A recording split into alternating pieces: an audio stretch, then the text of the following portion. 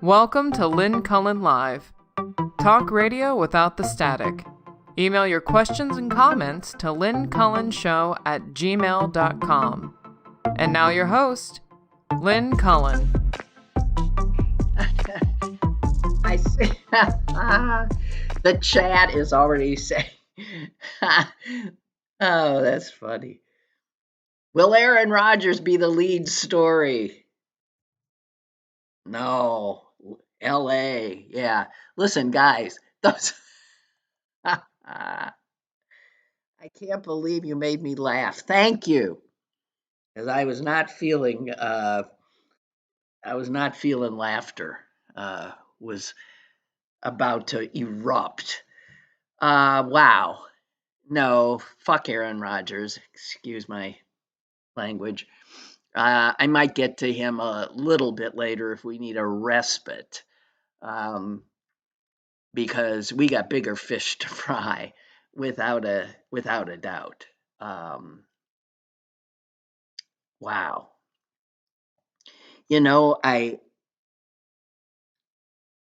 Yeah, you guys are saying, yeah, no, yeah, but never mind. Okay, so I had a feeling based on my lived experience with the man who is currently the President of the United States, that something big was probably going to have to happen real soon. And I had this feeling, I think it was Friday. And it was because things were not going well for him. And we've gotten to know this fragile sociopathic psyche of his. And we understand how he deflects and distracts when things are getting uncomfortable, when our focus is not where he wants it to be, which is always, of course, on him. But when what we're talking about regarding him is not to his liking, and it was not, because we were all talking about the bromance breakup. The most powerful man in the world, the richest man in the world, behaving like I don't know, children. But that wasn't all. So that made him look bad. Epstein comes into the picture. On top of that, it was just a few days earlier, right, that the taco thing came out, which enraged him. And that's taken off. So the memes were all over the place that Trump always chickens out in regard to his tough guy, macho trade stuff, tariff stuff. And so what he would have been seeing is a lot of bad attention, bad press that made him look weak. And he cannot stand looking weak. So I wrote a note to myself, and this was on, I don't know, Friday at some point. I wrote, like Trump, because I was thinking about him, I wrote in capital letters, I wrote this: exhaustion. That was me. Exhaustion, distraction, flood the zone. I was thinking about all of the realities of living in this time with this lunatic, this needy lunatic. and how it's exhausting, and how he aims to flood the zone to distract us when things are not going as he wants. How, in the space of 3 days or 4 days since I last spoke to you, there have dropped stories that in any other time in our life, any one of which would be like a story that would be astonishing. And we can pay attention to this flood of astonishing events only for a tiny little bit before the next one comes down.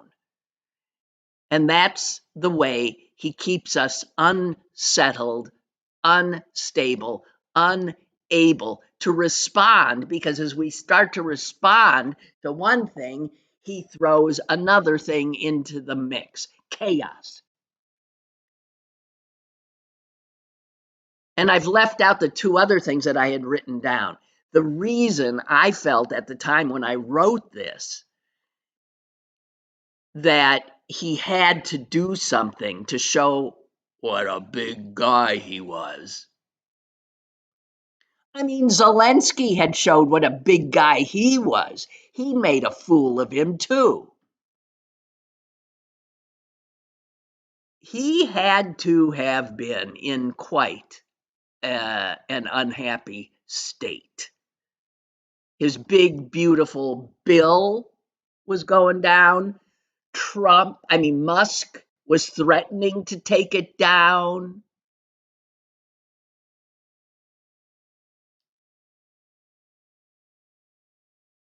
Musk was taking credit for his even being president.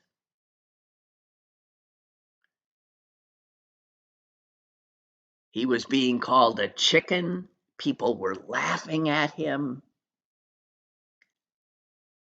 And I wrote down exhaustion, distraction, flood the zone. What's going to happen? I have that right here.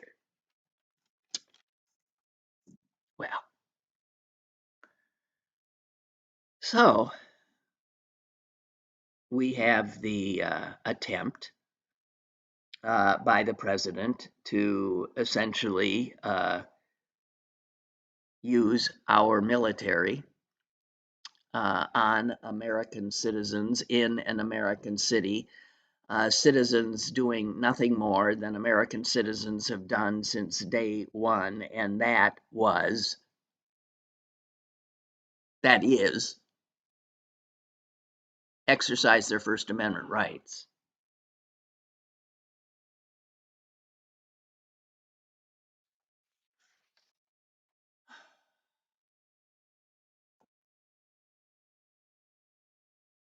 So it's hard to know where to start. Let me just say, I had the television on yesterday because I was frightened. It felt a little January 6th-ish. Like, could it? Would it? It's what they want. They have been itching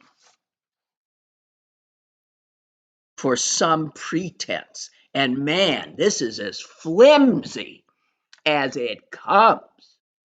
Some pretense to show their muscle,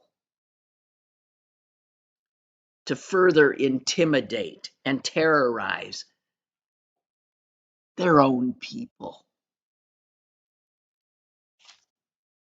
Oh, and I forgot another humiliation that happened right before this, and it was him again retreating, chickening, and doing something he said he couldn't do, which is to bring Abrego Garcia back from the gulag he'd sent him to in El Salvador. So these losses, one after the other, losses, humiliation, none of us should be surprised by what he has now set off.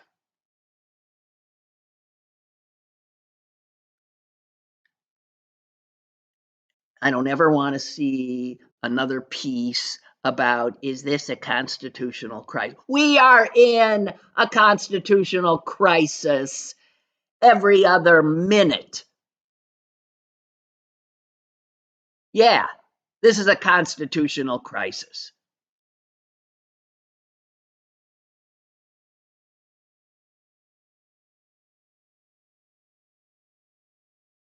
What he has done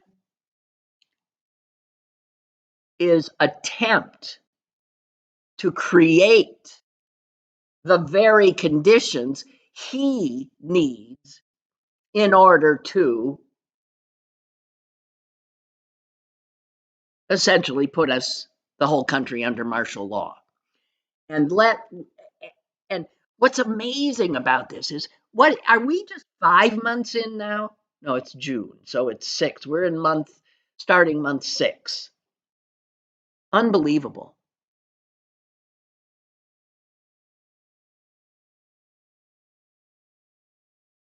And I think we all need to truly question whether or not there will be midterm elections. I mean this. Because if under this kind of flimsy excuse, he's putting American troops in American city and making very clear that he can do this in any city he wants, that why would he allow himself to lose power, which he would do in the midterms when the American people go to the polls and throw out as many Republicans as we can, depriving him of his quiescent Congress and taking away his power. He will not let it happen.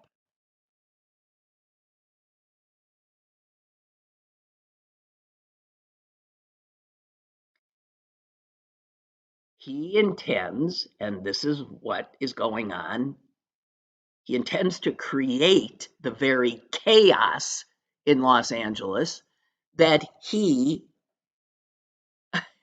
supposedly said was already occurring and necessitated his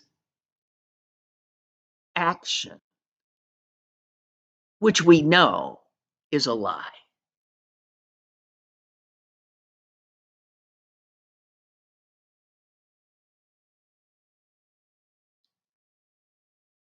The only emergency going on in this country right now is that Donald Trump is a renegade, traitorous president. That's the only emergency. Let me share with you, I think, something that I thought sums it up pretty well. And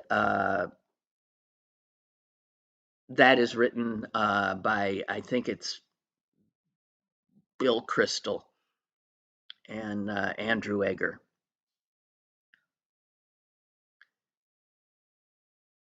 And he talks about, I mean, if you're really paying attention, we know that the words insurrection are being bandied about, first by Stephen Miller. I think J.D. Vance has piped in with it, Hegseth, insurrection, which leads us all to think, oh God, this is, they're gonna, the Insurrection Act is going to be. But no, they didn't use the Insurrection Act. He used this, well, Let me read it to you. It's a proclamation, a memorandum, essentially, that he addressed to the Defense Secretary, the Attorney General, and the Secretary of Homeland Security. Stop for a minute and think of the three individuals who embody those positions in this administration. My God,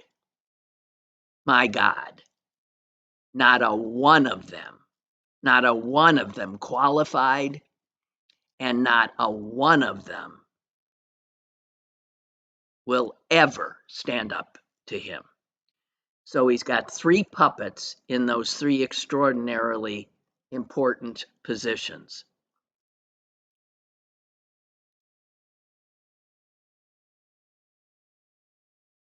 And here's some of what he told those three stooges.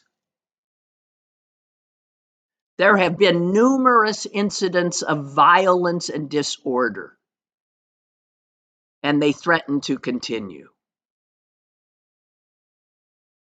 To the extent that protests or acts of violence directly inhibit the execution of the laws, they constitute a form of rebellion against the authority of the government of the United States. So he's saying that there is a rebellion against the government going on in Los Angeles. It looked like a pretty normal kind of a demonstration to me. I've seen many. It looked pretty mild compared to many that I've seen. But there it is. There's a rebellion against our authority. And he goes on. My authority, really, is what he's thinking. So by the authority, he goes on, vested in me as president by the Constitution and the laws of the United States of America, by the way, not so much, I hereby call into federal service members and units of the National Guard under this section 10 USC to temporarily protect ICE and other U.S. government personnel who are performing federal functions, including the enforcement of federal law, and to protect federal property at locations where protests against these functions are occurring or are likely to occur based on current threat assessments. All of that is very broad, guys. None of this memorandum that set all of this into motion even mentions Los Angeles. It is broad. It means anywhere. You have never heard Los Angeles in here, or a specificity.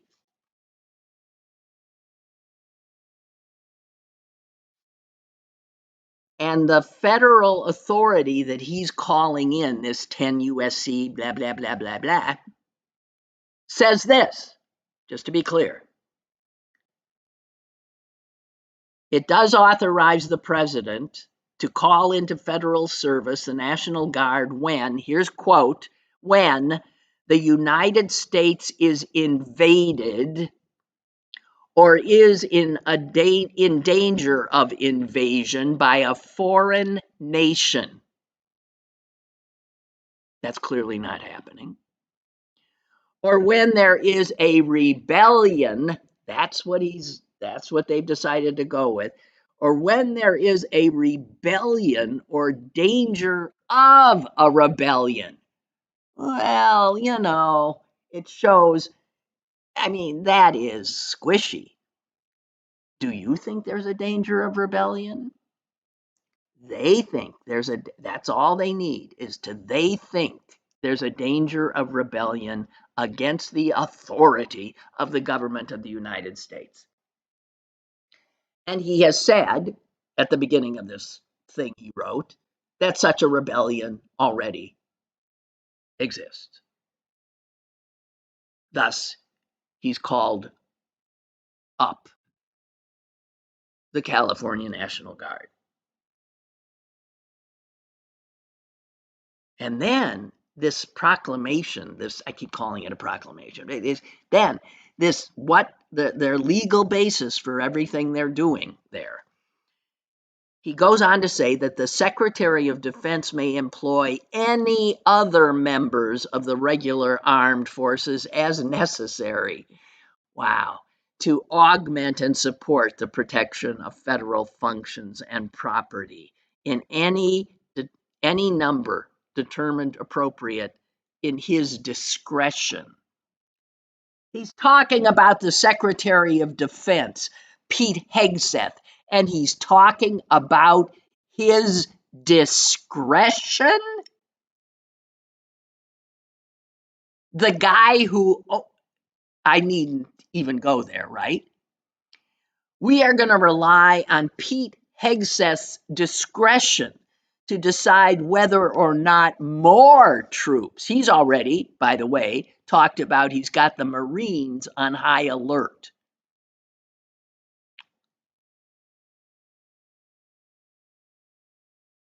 They're making this whole fucking thing up out of whole cloth. They are so itchy to create a totally police state in this country that they couldn't wait for an actual rebellion. Couldn't wait. Had to decide that there was one because the president was having a bad week.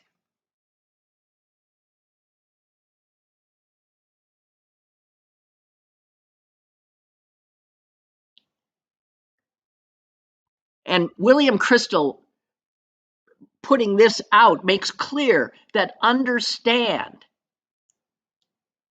The final paragraph says, to carry out this mission, the deployed military may perform military protective activities that the Secretary of Defense determines are necessary. Any personnel, any location, any length of time. They do not mention this specific place. And if you happen to uncomfortably see Trump interviewed yesterday, I think, where was he? On his way from his golf resort to Camp David? Or I don't know, was he coming out of a UFC event? There's a rebellion to his government going on, and he goes out to a UFC event, by the way. But a reporter said, are you going to send troops? And he said, I heard it with my own ears, we're gonna have troops everywhere.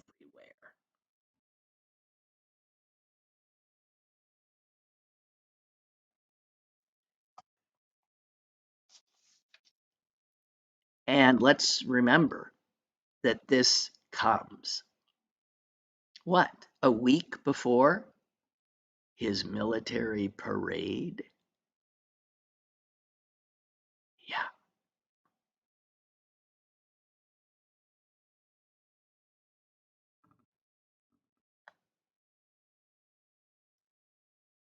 Rust Belt is saying, I've seen more violence when a sports team wins a big game. That is true. There has been more destruction of property, more violence, more craziness in the streets when in Philadelphia when the Eagles win, or in any city when teams win and what appears to be a riot occurs. That is correct.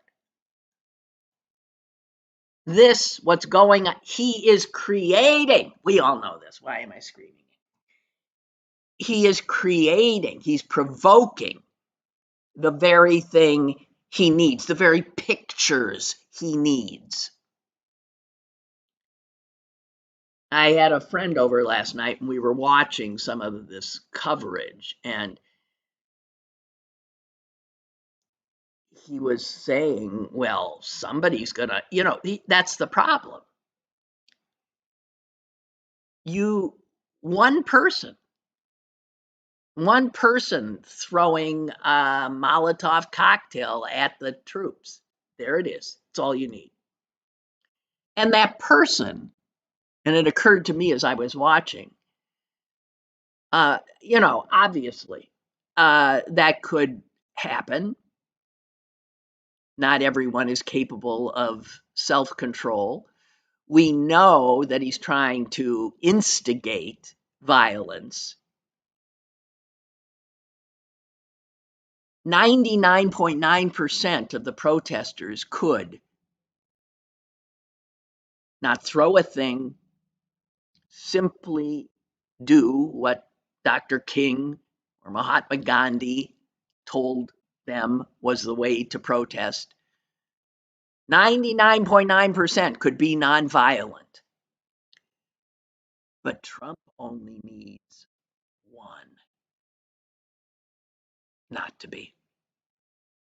And the odds are one won't be, or two. And you can make certain that just in case they fear that not one will engage in violence, they can always, have something like that happen.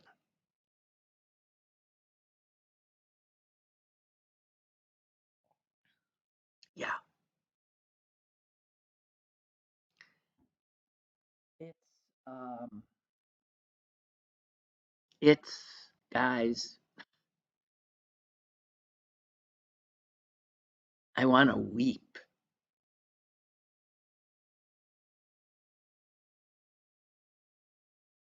They want a rebellion? They're begging for a rebellion. And my heart goes out to these individual members of the National Guard that have, by their president, been put in this totally vulnerable position for no reason other than to secure more power for him. There is no threat to the United States of America. There is a perceived threat to Donald Trump.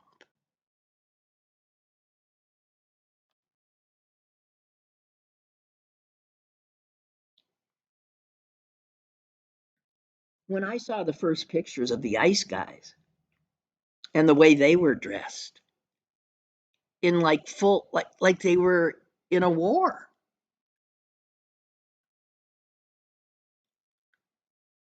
The the sort of the play acting, the militaristic play acting that's going on. It's just mind-boggling.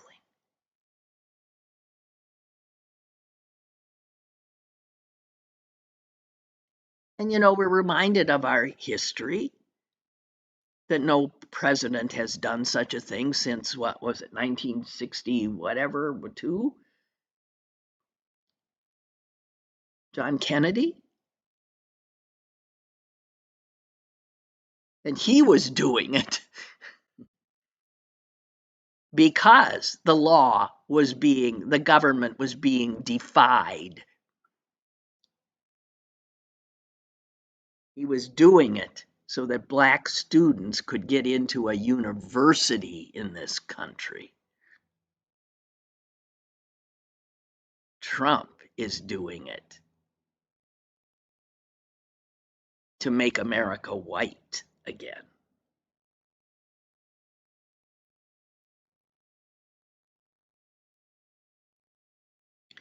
What he is doing is commandeering the military to stifle dissent in this country, to deprive Americans of their First Amendment right. It's chilling, to say the least. I don't know where this ends. The New York Times, when it reported on Saturday, about what was happening, and this is before he called in the guard. This is when it was just ICE, and this is the description. Federal agents in tactical gear, armed with military-style rifles, threw flashbang grenades to disperse a crowd near downtown LA on Friday. That's Friday, as they conducted an immigration raid on a clothing wholesaler. So this is going in to grab, because Stephen Miller wants 3,000 of these dangerous people who are working all over our country. They're being grabbed at their workplaces. Terrible criminals working in jobs that a lot of them native-born Americans don't want.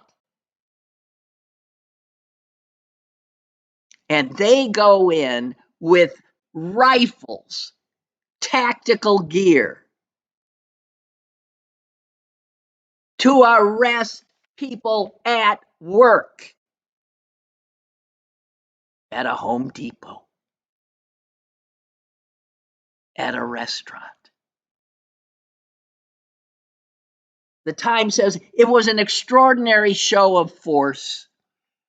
Dozens of federal agents wearing helmets and camouflage. You need camo? Going into a Home Depot? They arrived in 2 hulking armored trucks and unmarked vehicles. Some carried riot shields, others held rifles, as well as shotguns. This is Donald Trump's Gestapo. This is an effort to sow fear.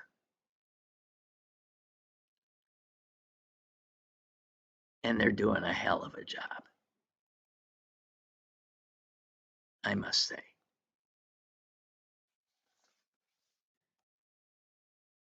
Let me get a caller in here. Go ahead. Hi, Lynn. I'm going to touch on a couple of things you just said about the National Guard, what decisions they would have to make to go against the American people or the military in general. As a veteran, we take an oath to the Constitution. So if this nut job orders them against the people, it's not that he abides by the law, but it's unlawful, number one. And about ICE, they sure sound like the ones that broke into the Capitol, like the Proud Boys, that pretend like they're soldiers because they were too gutless to be a soldier. Right. And I went to another rally. I'm Joe from Johnstown, by the way. We've talked before. And I went to the rally again Friday, and I plan on going to the Tiananmen Square redo on Saturday. Yeah. And there's people that are so passionate, and myself being one. We're not going to just sit down. I don't know if it does any good, but if you look on TV and it's all across the country, this guy is so paranoid. It only takes 2 people to say boo to him, and he'll call out the National Guard. And little Mickey Mouse Johnson, he's yelling like he's King Kong. We do it by strength. That guy couldn't lift a pipe cleaner up the best day he ever lived. They're all a bunch of gutless morons, and the people are starting to get sick of it. Now, we are nonviolent, and we are told not to be violent, don't break any rules, and for the most part, nobody does. Right. Only his people does. That's And for him to say he's against insurrections, my God. I mean, and the people that voted for him, they ought to be embarrassed. I tried to not insult them, but anybody that's related to me that voted for him, they're not my relatives anymore. I'm sorry. They can't be that stupid. But anyway, I had to get that off my chest, and it is. I feel like weeping too, but I refuse to.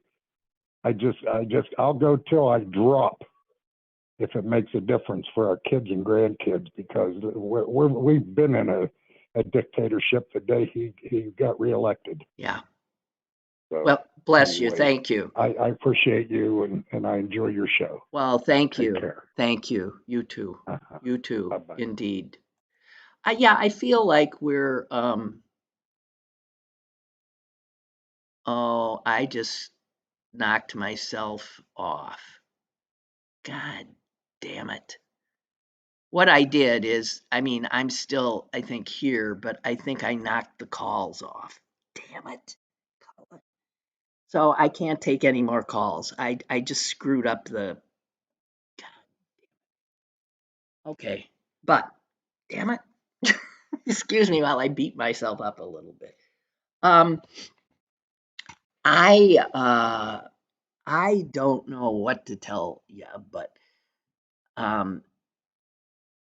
we are at a point in this country where to continue to live as if our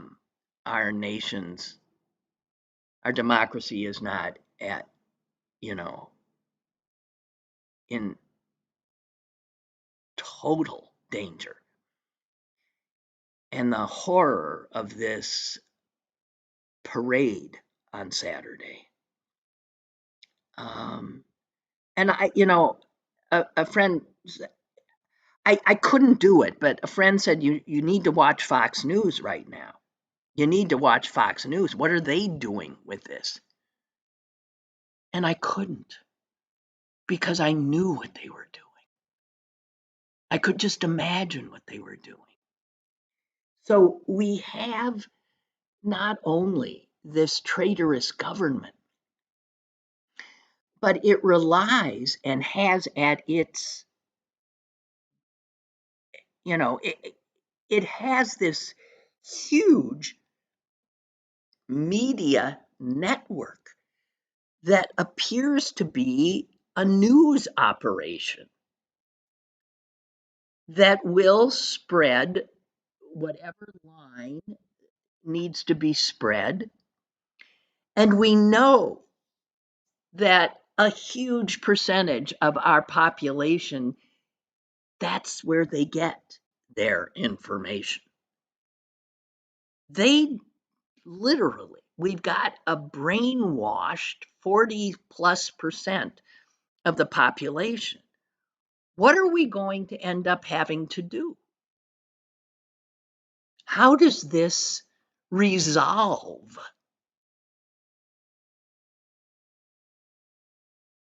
I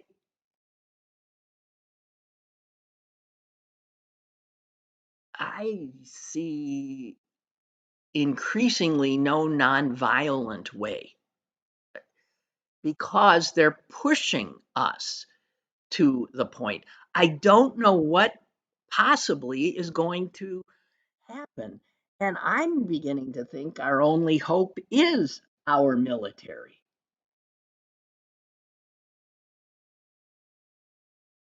That they, as the caller suggested, remember that they took an oath to the Constitution, not to Donald Trump, not to Defense Secretary Pete Hegseth, not to puppy-killing Kristi Noem.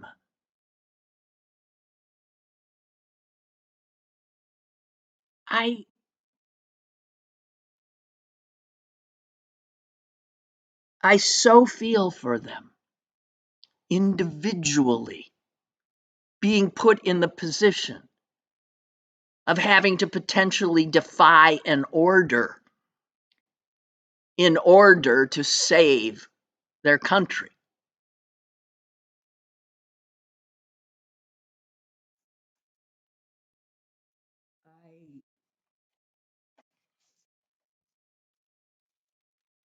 I really don't know. Nicholas Kristof wrote a piece that was headlined, "Will We Recover?" And he wrote this before some of the most recent events. But he wrote about the damage that is being done to our country by Trump and his supporters. And it's so huge, and we know it is. And some of it might be irreversible, and some of it might be fixable. But as I said earlier, the only real way we have to fix this is through elections. And I'm not certain we're going to have free and fair elections ever again. Even though Kristof points out that in this new kind of authoritarianism we're seeing in the world, that often these authoritarians come to power through free and fair elections, as Donald Trump did, as Viktor Orban did, as Bolsonaro did, as Erdogan did. But then they start undermining the institutions that hold the democracy together. And I'll just share some of what there is some hope in what he sees. He says, I have been covering authoritarians my entire career, and so often they seem unassailable. But he says, often it turns out not to be so. And he tells us, look, in recent years, look at what has happened to some of the most prominent authoritarians around the world. In Brazil, Bolsonaro is about to stand trial on trying to stage a coup. What's interesting about that, of course, is he did his insurrection attempt after Trump's on January 6th. And somehow the Brazilian legal system has managed to charge him, and he is about to go to trial when under our system, our insurrectionist president was elected again.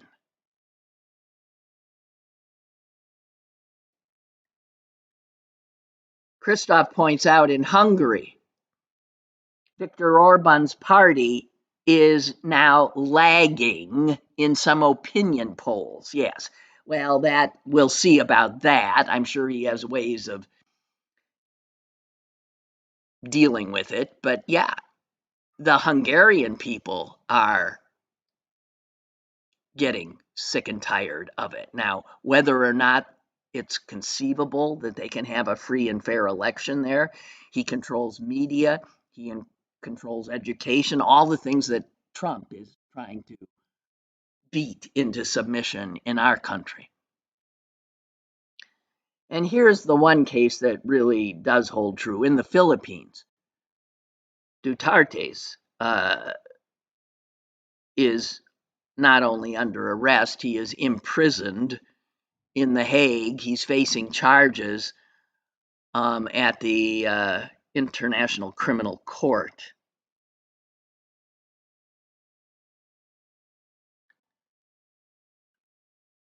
But I don't know.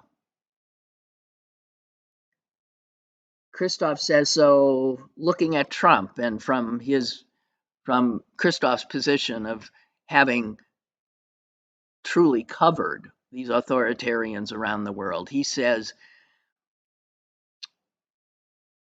how strong is Trump? He says, I believe he has weakened the pillars that have made this country the world's strongest economy.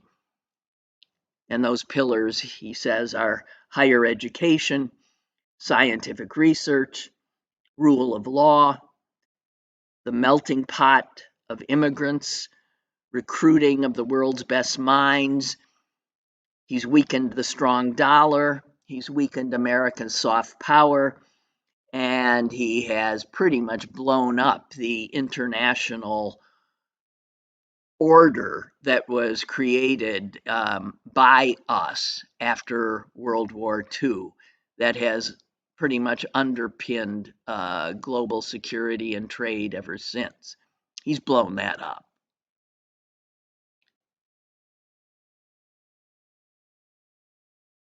Christoph says domestically it's a mixed bag. You have the federal courts mostly holding strong, some law firms holding strong, a few universities holding, some news organizations like the AP holding, others going down. ABC, NBC, CBS, Paramount, they've all paid him. They're paying him money. They're paying him. They're begging him. We are seeing real capitulation, and also, of course, from most CEOs in the private sector.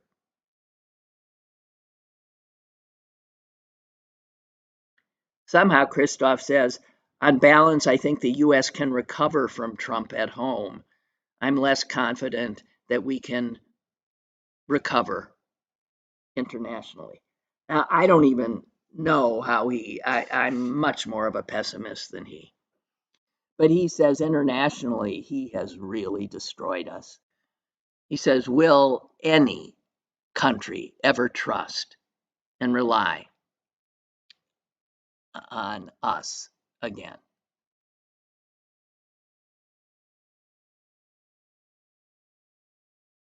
The damage in 6 months. Awesome. Just awesome.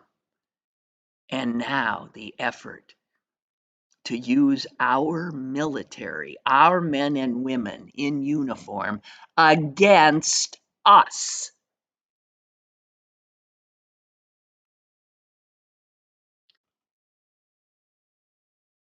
Anyone who thinks people like me who were sounding the alarm 10 years ago were somehow chicken littles, the sky is falling, the sky is falling. If you still think so, well, you must be watching Fox News.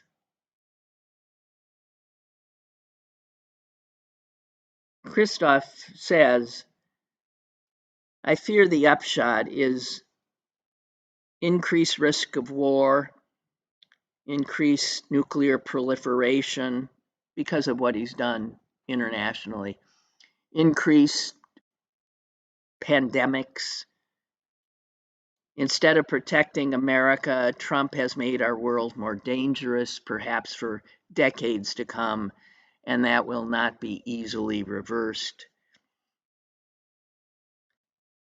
Given the enormous stakes, this is a time for a rebirth of patriotism.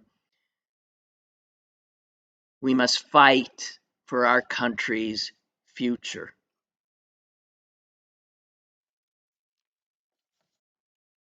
That's the mild-mannered Nicholas Kristof.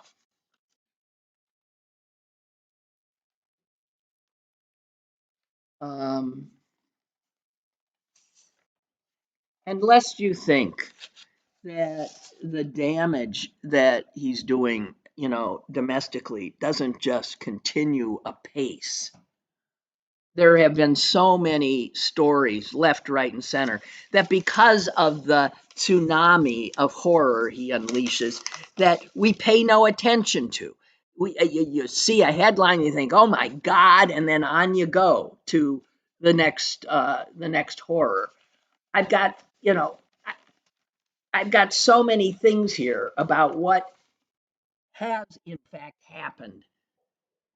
And the suffering that will result, the suffering is mostly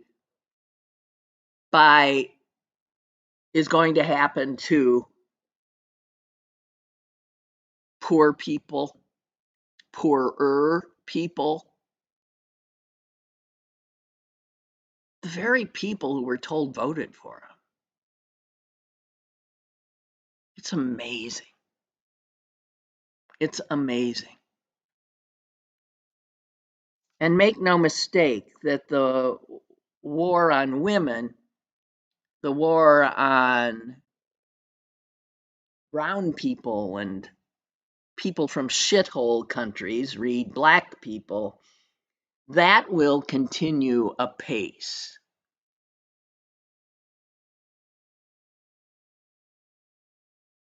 The violence against Jews will continue. And here's something just from today's paper. Southern Baptists, ladies and gentlemen, that is the largest Protestant denomination in the United States, and they are Trumpers. Southern Baptists plan to vote this week on acting, using their collective might, to overturn the Supreme Court ruling that legalized gay marriage. That's 10 years ago, that ruling, Obergefell. And here's the thing. Roe v. Wade, when they went after it, everybody said there's no way, that's settled law. There's no way. You can't have a right like that and then take it away 50 years later. But we've noted they play the long game. They played the long game with Roe, and they won. And they know full well that the gay marriage is going to be a long game as well. Gay marriage and legal abortion, both overwhelmingly supported by the American people, and that does not deter them. They have seen victory, and they intend to see more. There are renewed campaigns in red state legislatures to challenge this established civil right of gay marriage. They know full well it may take years, but it is expected this resolution will pass. And it shows, here's a quote from one of them. It shows a deepening of Southern Baptist thinking on this issue and a recognition of the need for a long-term strategy similar to the one that ended the constitutional right to abortion. The resolution needs to pass by only a simple majority vote, and, as I said, widely expected to do so.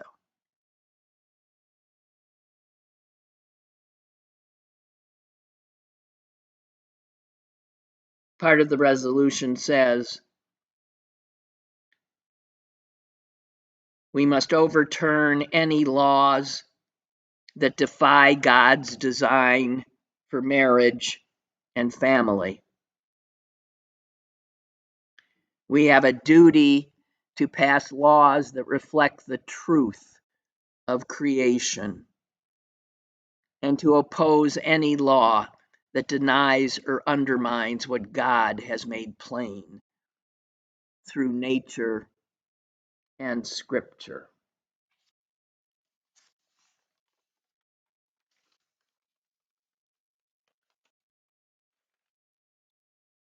Oh, I say to my gay friends, my married gay friends,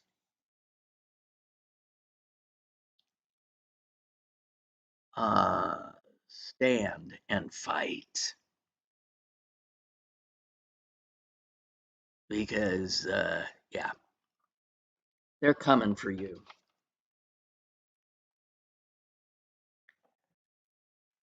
All right, now quickly to Aaron Rodgers, and then I'll be done. Great piece in the New York Times. It feels as though we just watched Aaron Rodgers on a reality TV dating show. Sent packing by his original partner, he pursued the most desirable alternative he could find, and eventually resigned to the belief that a third best option was better than no option at all. He talked himself into awarding the rose to the only partner left standing. And together they awkwardly begin their new union, ignoring the signs that suggest that this ain't gonna end well. Plans now call for Rodgers to take the field tomorrow for the Steelers' 3-day mandatory mini camp, and then he gets to go away, catch his breath for 6 weeks, and report for training camp in 6 weeks. Because the old guy is an old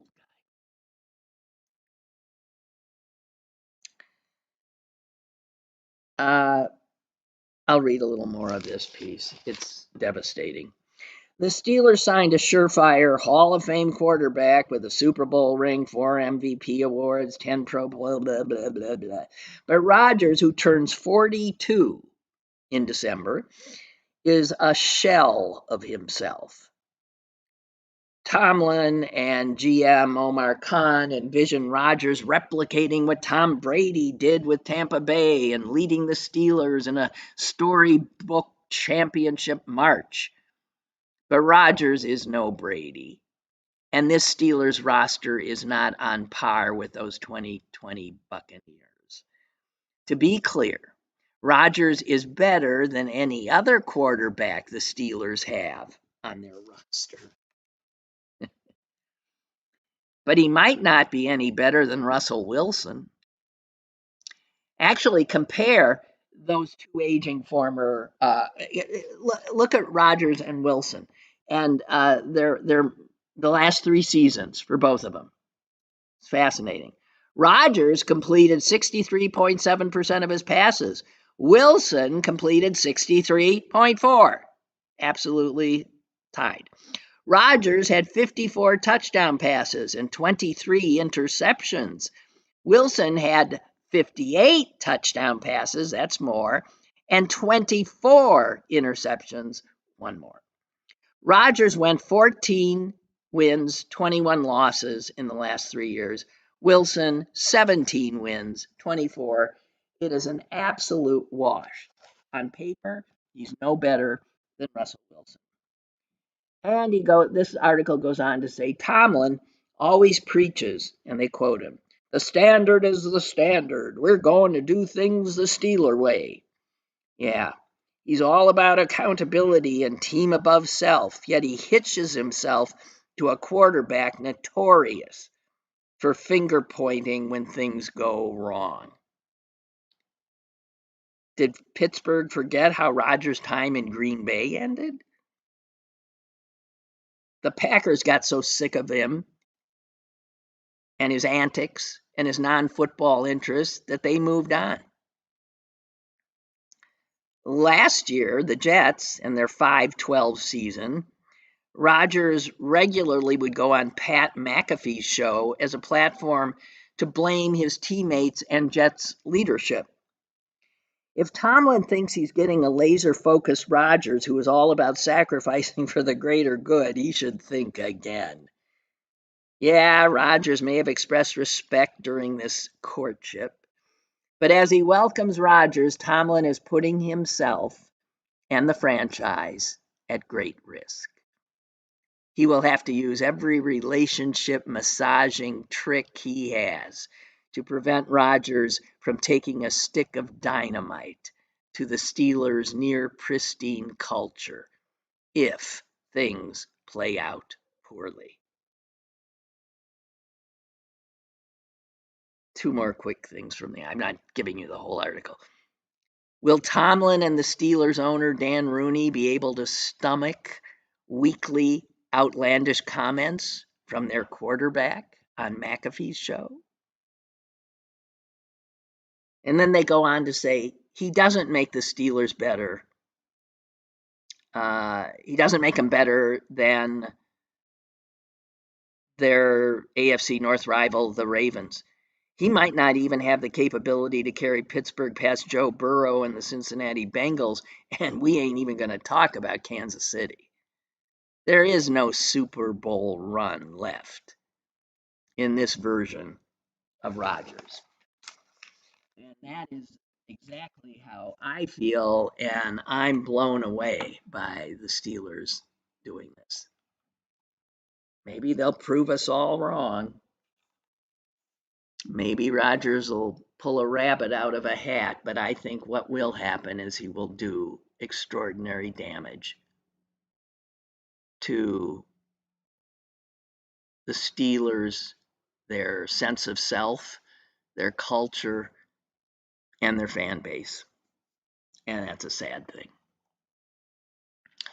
All right, that's it for me, guys. God help us all. That's all I can say. I don't know what else to say. Who knows what'll happen in the next 24 hours. Hang on to your hats and stay in the fight. Lynn Cullen Live, Monday through Thursday from 10 a.m. to 11 a.m. and archived at pghcitypaper.com.